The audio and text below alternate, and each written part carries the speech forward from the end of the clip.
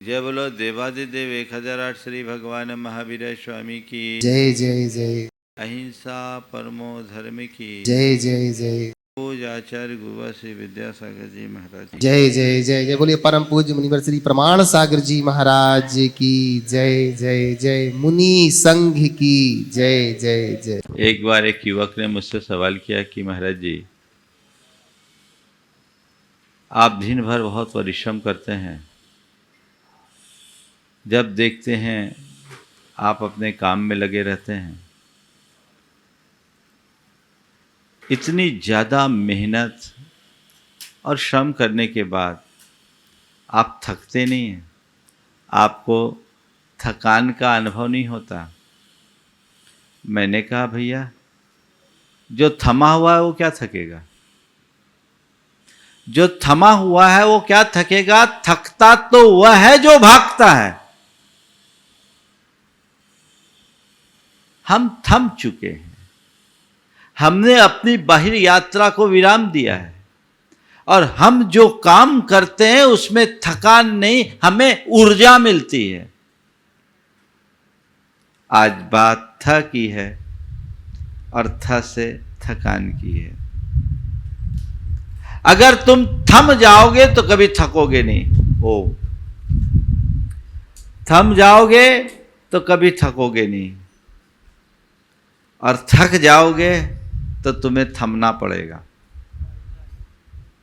थक जाओगे तो तुम्हें थमना पड़ेगा। जब भी व्यक्ति थकता है, थकान हर मनुष्य के साथ होता है, हर प्राणी के साथ होती है। एक शारीरिक थकान है और दूसरी मानसिक थकान है।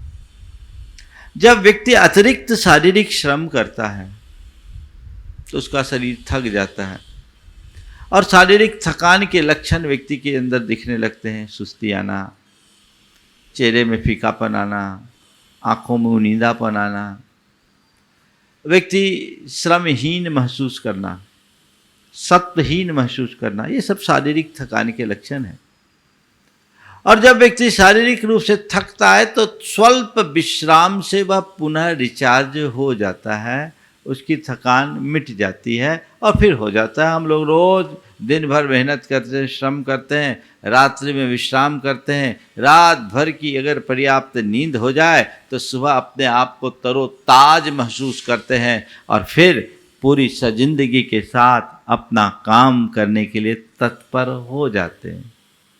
तो ये शारीरिक थकान हम थोड़े से विश्राम से दूर कर सकते हैं और उसके लिए जो भी आवश्यक है वो हम अपना ले तो हमारा शारीरिक थकान बहुत जल्दी दूर होगा। दूसरा है मानसिक थकान। व्यक्ति कई बार तन से नहीं मन से ज़्यादा थकता। वो व्यक्ति ज़्यादा थकता है जो एक जगह बैठा है। चलते फिरते रहने वाले लोग कम थकते हैं, लेकिन एक जगह बैठने वाले लोग ज़्यादा थकते हैं क्योंकि उनके पास कोई शारीरिक काम नहीं है पर दिमाग किसी एक जगह लगा हुआ है। समझ गए? तो किसी एक जगह लगे रहने से निरंतर निरंतर निरंतर दिमाग की उस सक्रियता के बाद दिमाग कुछ विश्राम चाहता है और वही हमारी मानसिक थकान के रूप में दिखता है। और उस थकान के संदर्भ में कहा जाता है, ये थकान क्या है?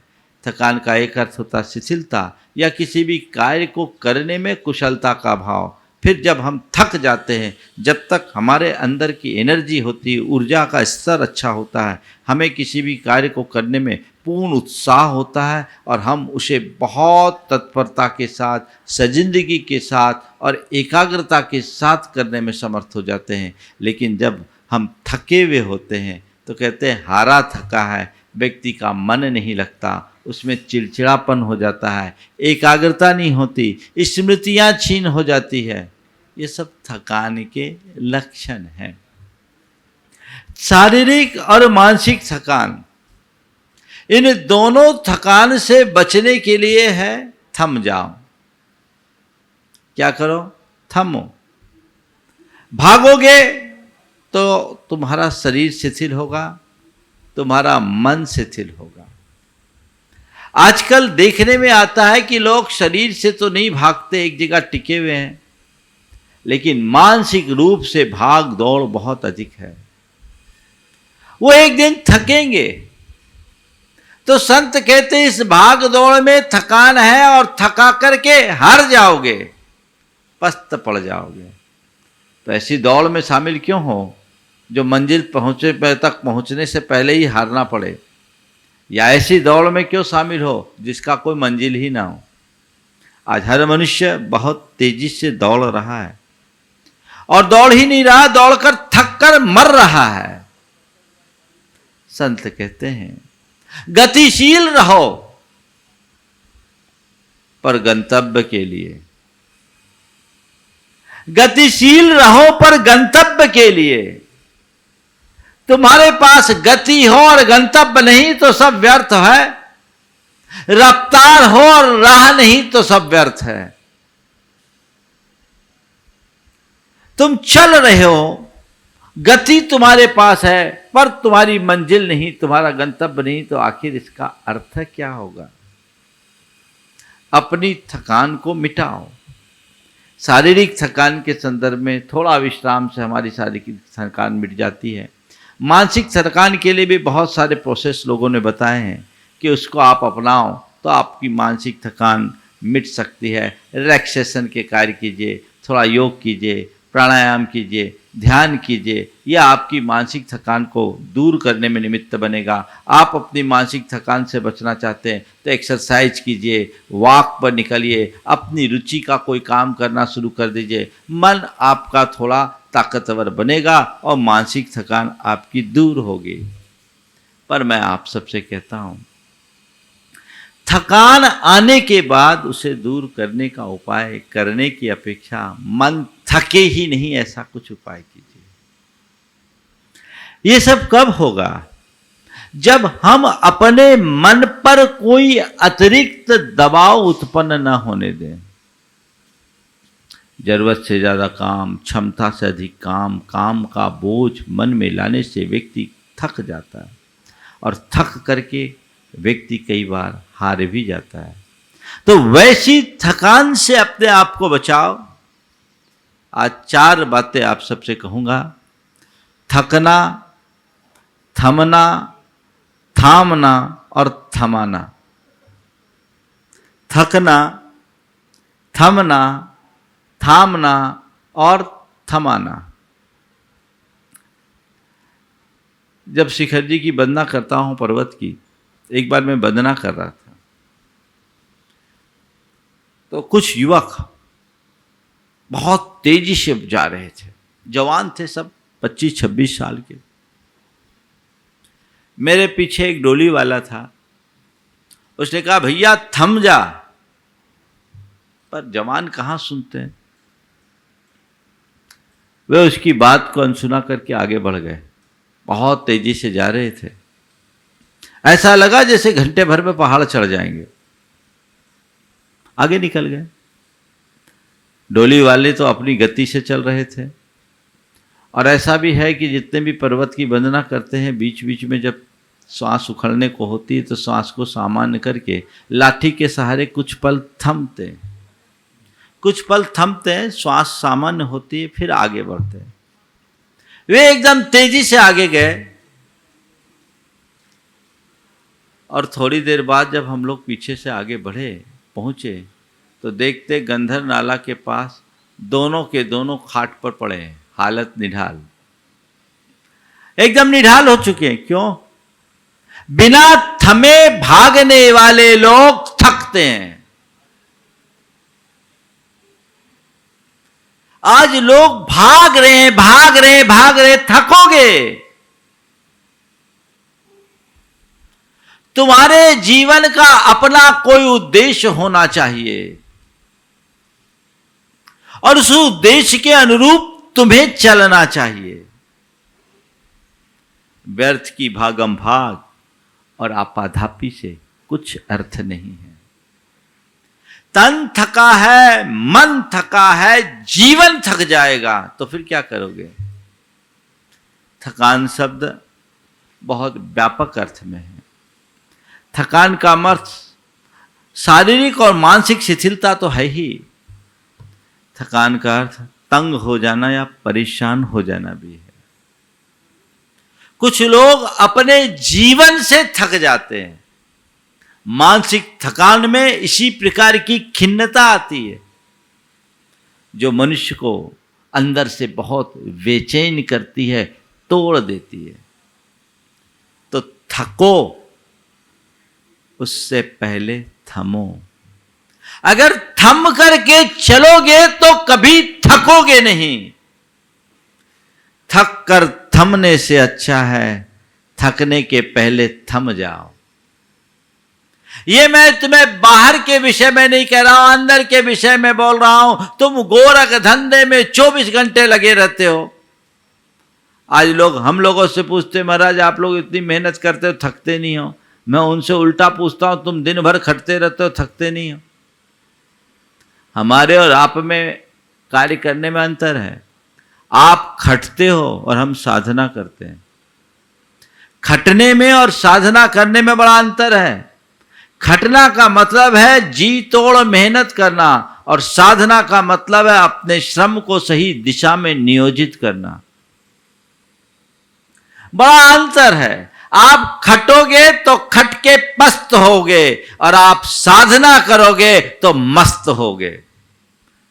खटना मनुष्य को दिन भर की खटनी से व्यक्ति पस्त होता है, और अंदर की साधना से व्यक्ति मस्त होता है। खटने में व्यक्ति का तन मन दोनों दौड़ता है, और साधना में मन थामना होता है। मन जब थमता है तब व्यक्ति के अंदर की साधना प्रकट होती है। विश्राम चाहिए। थकान का अर्थ है श्रांति। तो आपको थकान से बचना है तो चाहिए विश्राम। मैं इस अर्थ में थकान को अच्छा नहीं मानता कि व्यक्ति शारीरिक और मानसिक रूप से शिथिल हो जाए। हर व्यक्ति के अंदर इतना उत्साह और ऊर्जा होनी चाहिए कि हर पल उसके अंदर तत्पर हो, कभी वो थके नहीं, हारे नहीं। लेकिन वो थकान जो तुम्हें अंदर से बेचैन कर दे, आपाधापी में उलझा दे, भागम भाग में उलझा दे, उस थकान से बचो। वहां विश्राम चाहिए।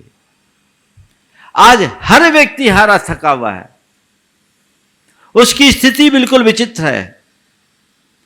व्यक्ति के ऊपर जब तनाव बढ़ता है तो आगे चल करके थकान होने लगती है, अनेक प्रकार की बीमारियों का भी कारण बन जाता है। अंदर से व्यक्ति टूटा टूटा सा महसूस करता है, खुद से परेशान हो जाता है। तो जिस स्तर पर परेशानी हावी होने लगे वहां थम जाना ही सार्थक है। आज आप लोग 24 घंटे लगे हुए हो, खट रहे हो। क्यों? किस लिए? उद्देश्य क्या है? आज व्यापार करते हो, थकते नहीं? अरे महाराज करना पड़ती है। करो, कब तक करोगे? एक बार मैं इसी तरह की बात कर रहा था कि मनुष्य को ऐसे कार्यों से विश्राम लेना चाहिए जो तन मन को बुरी तरह थका दे। तो व्यापार धंधा भी उतना ही करो जितना में तुम थको नहीं। एक व्यक्ति ने कहा, महाराज जी आपकी बात है तो अच्छी पर प्रैक्टिकल नहीं। मैंने कहा मैं कोई इम्प्रैक्टिकल बात तो कभी करता नहीं, कैसे करो प्रैक्टिकल नहीं? बोले महाराज आप तो साधु हो, आपको कुछ पता थोड़ी कि धन पैसे की क्या जरूरत। पर हम लोग गृहस्थ हैं, हम जानते हैं कि धन पैसे के बिना हमारे ज़िंदगी की गाड़ी नहीं चलेगी, और ज़िंदगी की गाड़ी चलाने के लिए धन पैसा कमाना है तो कमाना पड़ेगा। हमने कहा ठीक है कमाओ, थोड़ा बहुत तो कमाना पड़ेगा। हमने कहा थोड़ा बहुत मतलब? थोड़ा बहुत कितना? थोड़ा या बहुत? थोड़ा या बहुत? तुम कहते हो थोड़ा बहुत कमाना पड़ेगा, मैं तुमसे सहमत हूं, थोड़ा बहुत कमाओ। कितना? थोड़ा? बहुत? कितना? बहुत भी कमा लो, पर उसकी एक लिमिट तो हो। कितनी लिमिट है? कितनी लिमिट है? कोई लिमिट नहीं, बस कर रहे हैं। ध्यान रखना, जरूरत के लिए कमाओ, कोई बुराई नहीं। जरूरत के लिए कमाओ, कोई बुराई नहीं, पर कमाना ही तुम्हारी जरूरत न बने, ये ध्यान रखो। केवल जरूरत के लिए कमाओ, कोई बुराई नहीं। जितनी जरूरत उतना कमा लो, लेकिन देखो कितनी जरूरत है, क्या जरूरत है। आज व्यक्ति रोटी के लिए कमाता है, पर कमाने के पीछे इतना पागल हो जाता है कि रोटी नहीं खा पाता। बोलो उससे हम क्या कहें। जरूरत के लिए कमाना समझदारी है, लेकिन कमाना ही जरूरत नहीं बननी चाहिए। और आज वही हो रहा है। लोग इसी में थक रहे हैं, हार रहे हैं। और ऐसे लोगों के जीवन का अंत देख लो। सारी जिंदगी इस तरह के तनाव और चिंता में उलझे रहने वाले लोग अपने जीवन के आखिरी दौर में क्या स्थिति को भुगतते हैं। कोई पैरालिसिस से पीड़ित होता है, कोई कोमा में चला जाता है, पड़ा है सो पड़ा है। क्यों? उसने थकने के पहले थमने का काम नहीं किया। एक दिन तुम थकोगे, उससे पहले थमो, रुको। भैया कब तक दौड़ोगे, कितना दौड़ोगे, कहां तक दौड़ोगे? जन्म से लेकर आज तक तो दौड़ते ही आए हो, और अंत तक दौड़ते रहोगे क्या? ये पंक्तियां बहुत सार्थक है। जन्म से लेकर मरण तक दौड़ता है आदमी, दौड़ते ही दौड़ते दम तोड़ता है आदमी। जन्म से लेकर मरण तक दौड़ता है आदमी, दौड़ते ही दौड़ते दम तोड़ता है आदमी। आंख गीली ओठ ठंडे और दिन में आंधियां, और दिन में आंधियां। आंख गीली ओठ ठंडे और दिल में आंधियां, तीन मौसम एक ही दिन ओढ़ता है आदमी। जन्म से लेकर मरण तक दौड़ता है आदमी, दौड़ते ही दौड़ते दम तोड़ता है आदमी। सुबह पलना शाम अर्थी और खटिया दोपहर। सुबह पलना शाम अर्थी और खटिया दोपहर। तीन लकड़ी चार जिंदगी में तोड़ता है आदमी। जन्म से लेकर मरण तक दौड़ता है आदमी, दौड़ते ही दौड़ते दम तोड़ता है आदमी। एक रोटी दो लंगोटी, तीन गज कच्ची जमीन। एक रोटी दो लंगोटी, तीन गज कच्ची जमीन। तीन चीजें जिंदगी में जोड़ता है आदमी। जन्म से लेकर मरण तक दौड़ता है आदमी, दौड़ते ही दौड़ते दम तोड़ता है आदमी।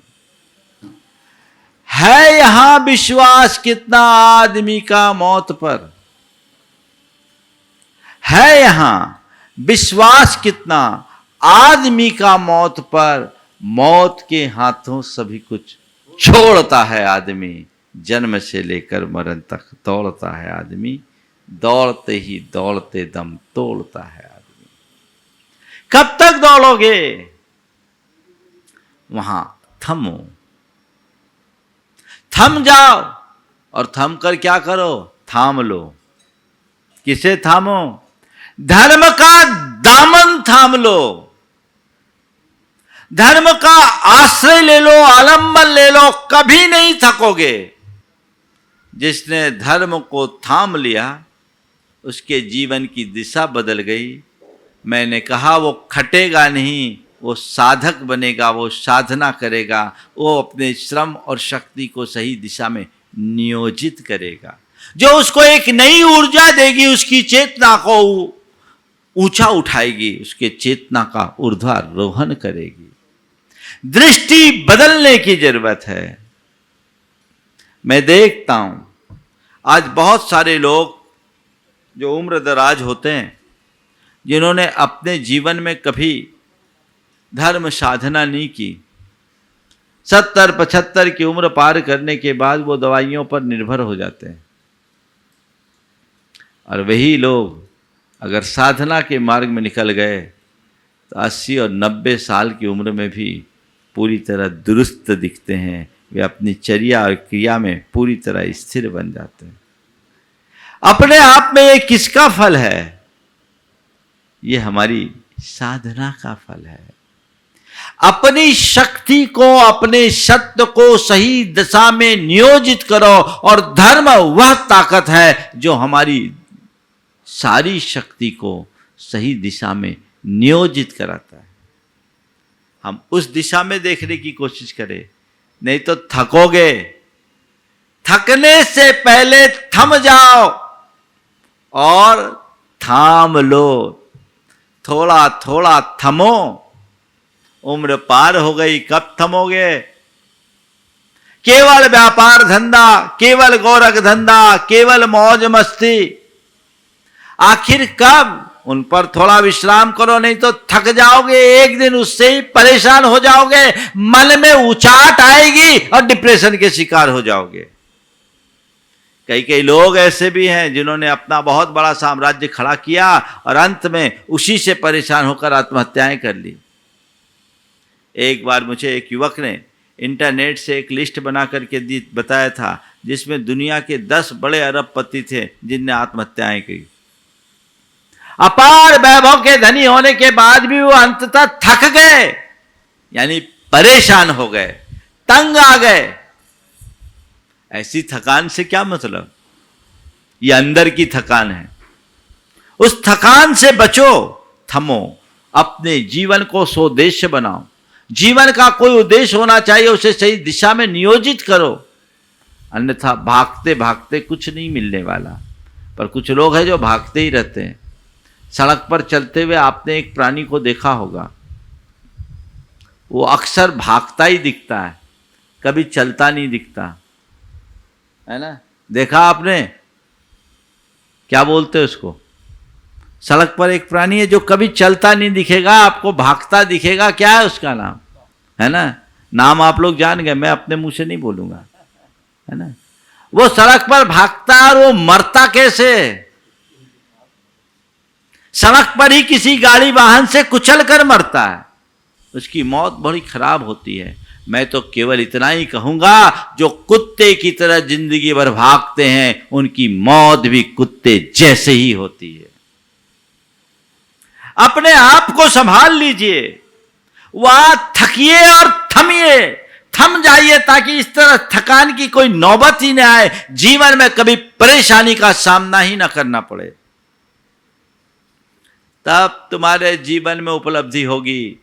मैंने ऐसे अनेक लोगों को देखा है जिनने अपने जीवन में बहुत धन पैसा कमाया और आखिरी में 10-10 साल तक कोमा में पड़े रहे, जिंदा लाश बन करके जिए। क्या मतलब है इसका? थोड़ा तो समझो। इसलिए थमो, अपनी क्षमता से ज्यादा काम मत करो। ये थकान से बचने के लिए कहते हैं, और मैं कहता हूं आवश्यकता से अधिक काम मत करो अगर अपने जीवन के आनंद को बनाए रखना चाहते हो। जरूरत से ज्यादा बोझ लाद लोगे, गड़बड़ होगा। पर इन सब चीजों का कारण क्या है? यह है सबसे पहला कारण, आज की प्रतिस्पर्धा की वृत्ति। मुझे आगे बढ़ना है, मुझे आगे बढ़ना है, मुझे सबसे आगे बढ़ना है। जरूरत थी पैसा कमाया, जितनी जरूरत थी कमा लिया, लेकिन अभी ये कम है, औरों के पास ज़्यादा, उनके बराबर मैं पहुंचूं, फिर उनके बराबर पहुंचूं, फिर उनके बराबर पहुंचूं, फिर उनके बराबर पहुंचूं, सबसे आगे मैं। ये जो वृत्ति है, ये व्यक्ति को अंदर से तोड़ने वाली वृत्ति है, उसके मन में तृष्णा जगाने वाली है। ये तृष्णा का बंधन बहुत खतरनाक होता है। कहते तृष्णा का बंधन एक ऐसा बंधन है जिससे बंध जाने वाला मनुष्य जिंदगी भर दौड़ता रहता है। सामान्यतः किसी व्यक्ति को बंधनबद्ध कर दिया जाए तो वो वहीं के वहीं जकड़ जाता है, लेकिन तृष्णा का बंधन ऐसा बंधन है कि एक बार बंध गया तो पूरे जीवन दौड़ता ही रहता है। दौड़ाती है। क्या मतलब है इसका? इससे अपने आप को बचाइए, बाहर निकालिए। थकने से पहले थमिए, कुछ विराम लीजिए, विश्राम लीजिए, क्योंकि थकान को मिटाने के लिए विश्राम चाहिए। विराम लो, भीतर की तरफ मुड़ो, अपने आत्मा की शरण लो, धर्म की शरण लो, धर्म के दामन को थाम लो, तुम्हारे जीवन में कभी कोई गड़बड़ी नहीं होगी। पर थमोगे तभी थाम पाओगे। बहुत विरल लोग हैं जो बाहर की भाग दौड़ से थमते हैं और धर्म को थामते हैं। बहुत कम लोग, बाकी लोगों की जिंदगी की कहानी यही होती है, वो जन्म लेते हैं, जीते हैं और एक दिन थककर हार जाते हैं, मर जाते हैं। किसी ने बहुत अच्छी पंक्ति लिखी है, इस जमाने में न जाने क्या कारनामे कर गए, इस जमाने में न जाने क्या कारनामे कर गए, बीए किया, एमए किया, नौकर हुए, पेंशन मिली और मर गए। इस जमाने में न जाने क्या कारनामे कर गए, बीए किया, एमए किया, नौकर हुए, पेंशन मिली और मर गए। एक दिन तो मरना ही है। थकना वहीं पूर्ण विश्राम। कई जगह के शमशान घाट का नाम विश्राम घाट है, वहीं विश्राम है। अरे भैया, मुर्दे को तो पूर्ण विश्राम मिलता ही है, जीते जी विराम ले लो तो फिर तुम्हें कभी कोई थकान नहीं होगी और तुम्हारी यात्रा अविराम आगे बढ़ेगी। थक करके मरने की जगह थम करके जीना सीखो। थक करके मरने की जगह थम करके जीना सीखो। थमो, जियो और धर्म का दामन थामो। जीवन में आमूल चूल परिवर्तन आ जाएगा। अपने मन से सवाल पूछो, आखिर कब तक ये भाग दौड़ क्यों आप आधा पी? कहीं तो थमो, कभी तो थमो, नहीं तो मौत तो तुम्हारी सब चीजों को थाम देगी, रोक लेगी।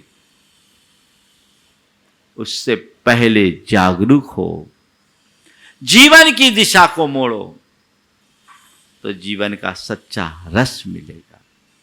नहीं तो भागम भाग है, भागम भाग है, भागम भाग है, तो भागते रहो, पाओगे क्या? शायद कुछ भी नहीं।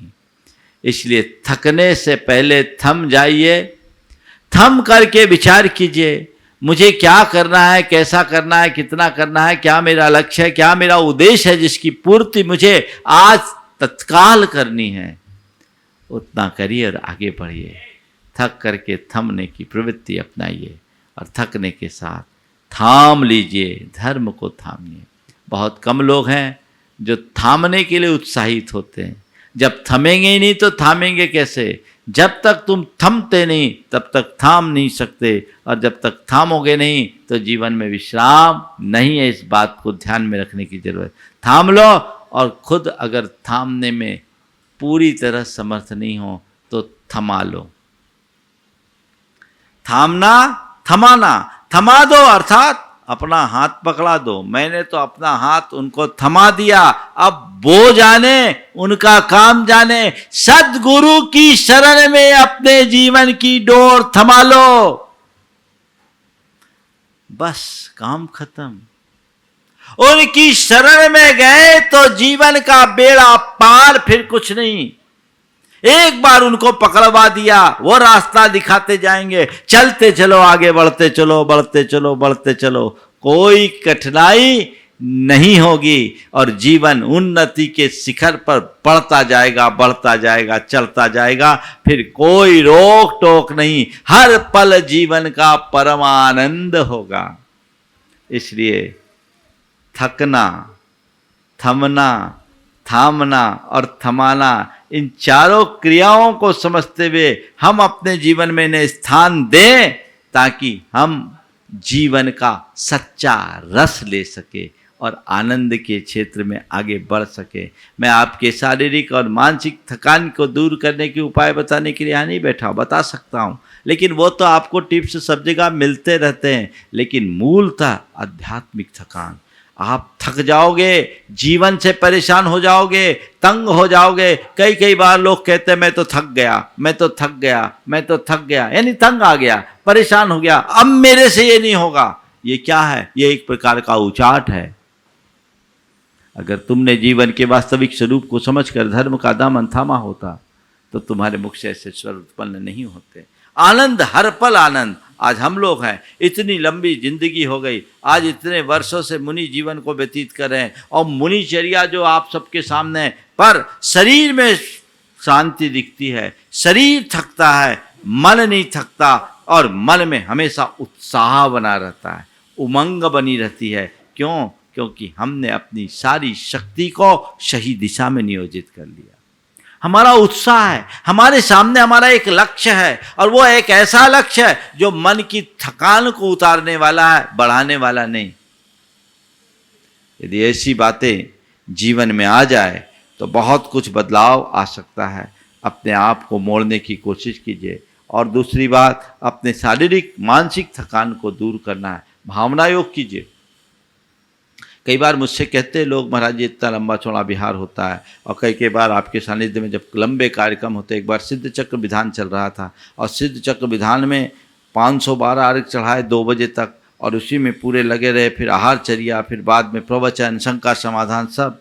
तो बोला महाराज जी आप थकते नहीं हैं? बोले देखो भाई शरीर है, शरीर अपना काम करेगा, श्रम अधिक होगा, थकान होगा, कदाचित मानसिक थकान भी होती है, लेकिन जब भी इस तरह की थकान होती है कुछ पल के लिए हम अपनी आंखें बंद करते हैं और आंखें बंद करने के बाद जहां अंतर्मुख होते हैं सारी थकान खत्म। अपने आप बंद कर दो, अपने आप थोड़ा विराम ले लो, थोड़ी देर के लिए थम जाओ, थकान खत्म, ऊर्जा आएगी।